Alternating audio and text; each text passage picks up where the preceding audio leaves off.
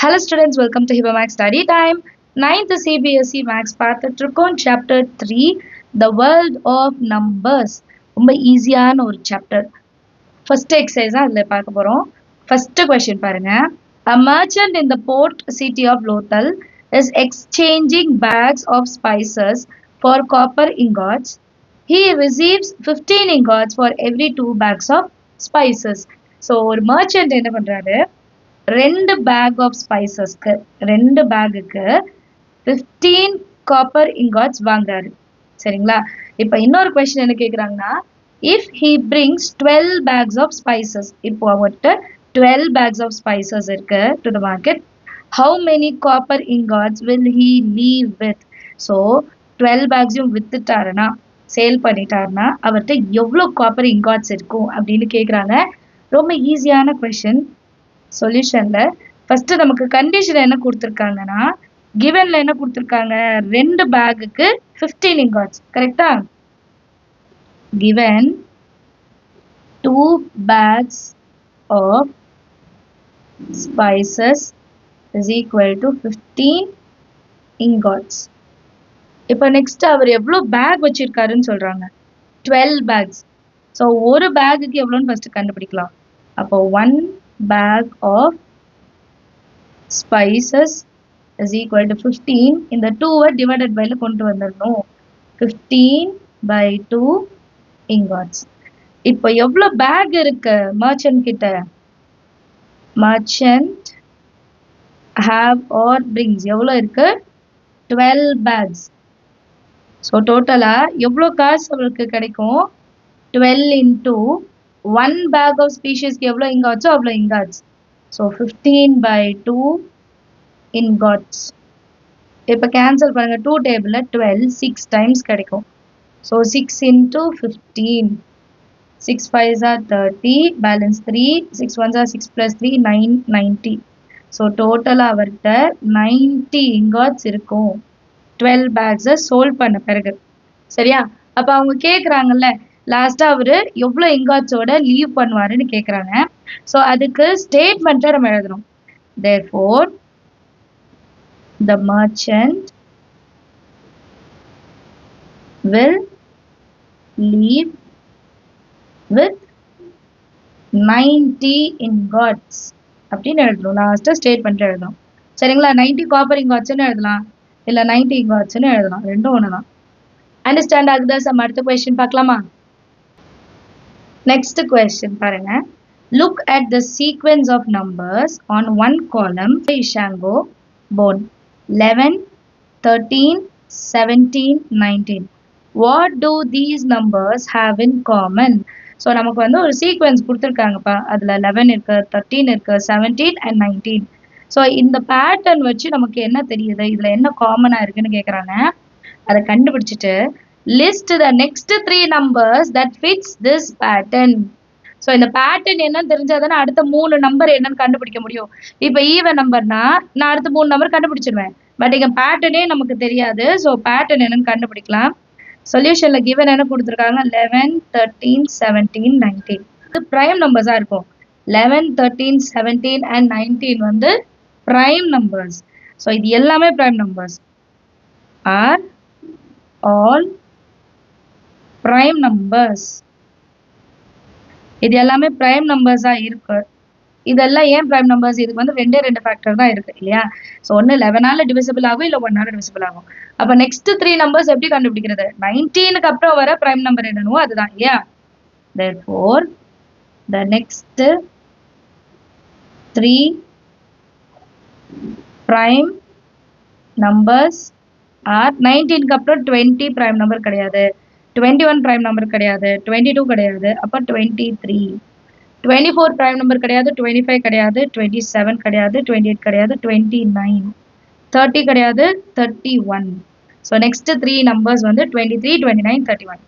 And நீங்கள் வந்து 100 வரைக்கும் ப்ரைம் நம்பர்ஸ் தெரிஞ்சு வைக்கிறது ரொம்பவே நல்லது. நான் 8th ஸ்டாண்டர்ட் வீடியோஸ்லேயே சொல்லியிருப்பேன், ப்ரைம் நம்பர்ஸ் வந்து 100 வரைக்கும் நமக்கு தெரியணும். சரிங்களா? அடுத்த தேர்ட் கொஸ்டின் பாருங்க. We know that natural numbers are closed under addition. Closed under addition என்னது? The sum of any two natural number is always a natural number. நான் ரெண்டு நேச்சுரல் நம்பரை ஆட் பண்ணேன்னா எனக்கு நேச்சுரல் நம்பரே கிடைக்கும். அப்படி கிடைச்சதுன்னா நான் என்ன சொல்லுவேன், natural numbers R closed under addition. இதுக்கு ஒரு எக்ஸாம்பிள் பாருங்க. இப்போ 2 + 3 பண்ணுறேன், ஆன்சர் என்ன கிடைக்குது 5. 5ம் நேச்சுரல் நம்பர், 3யும் நேச்சுரல் நம்பர், 2ம் நேச்சுரல் நம்பர் தான், பாசிட்டிவ்ல தான் இருக்கு. ஸோ இதுதான் இங்கே சொல்லியிருக்காங்க. அடுத்து என்ன சொல்லியிருக்காங்க பாருங்க, ஆர் தே closed under subtraction.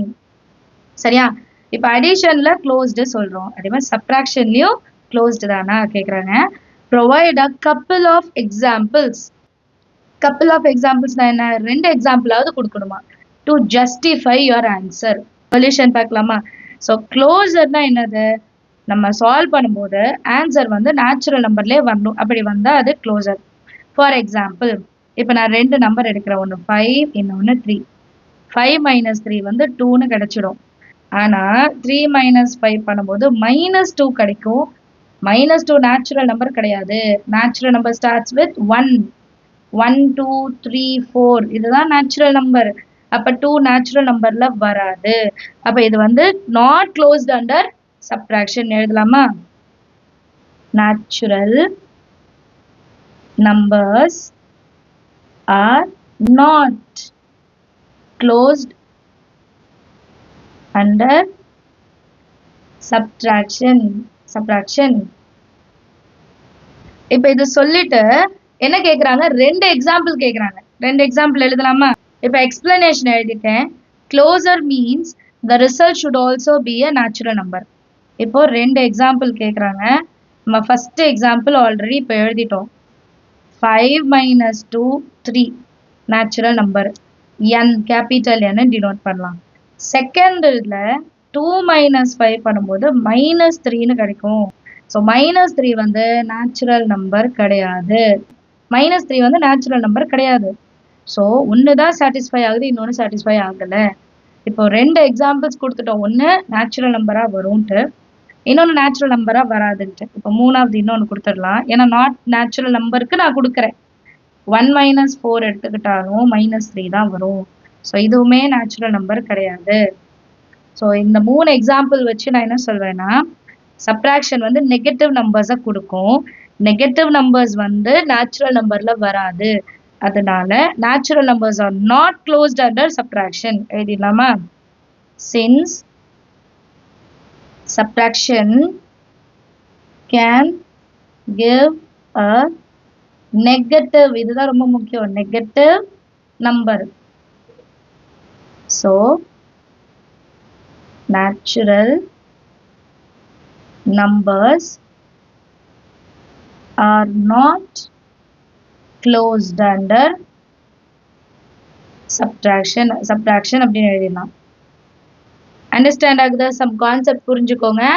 Natural number நெகட்டிவா வராது, சப்ட்ராக்ஷன்ல நெகட்டிவ் நேச்சுரல் நம்பர் வருது, அதனால natural number are not closed under subtraction எழுதணும். சரியா, அடுத்த கொஸ்டின் பார்க்கலாமா. Next question, Ancient Indians used the joints of their fingers to count. இப்போ நம்ம ஃபிங்கர்ஸில் வந்து எத்தனை கோடு இருக்குது பாருங்கள், 3 கோடு வரும். 1 2 3 1 2 3ன்னு இருக்கா. A practice still seen today. Each finger has 3 joints and the thumb is used to count them. So இப்படி தான் கவுண்ட் பண்ணுவாங்க, 1 2 3. Okay, and how many can you count on one hand? How does this relate to the ancient base 12 counting system அப்படின்னு கேட்குறாங்க. நேச்சுரலாக நம்ம count பண்ணுறோம் வைங்களா, தம் finger வச்சு 4 ஃபிங்கரில் 3 count வரும். 1 2 3 4 5 6 7 8 9 10 11 12. கரெக்டா. ஸோ 12 கவுண்ட் வருது. 4 3s are 12 கவுண்ட். இதுதான் நம்ம எழுத போகிறோம். சரிங்களா. சொல்யூஷனில் each finger except thumb finger மட்டும் எடுத்துக்க கூடாது. Except thumb finger has 3 joints. So number of fingers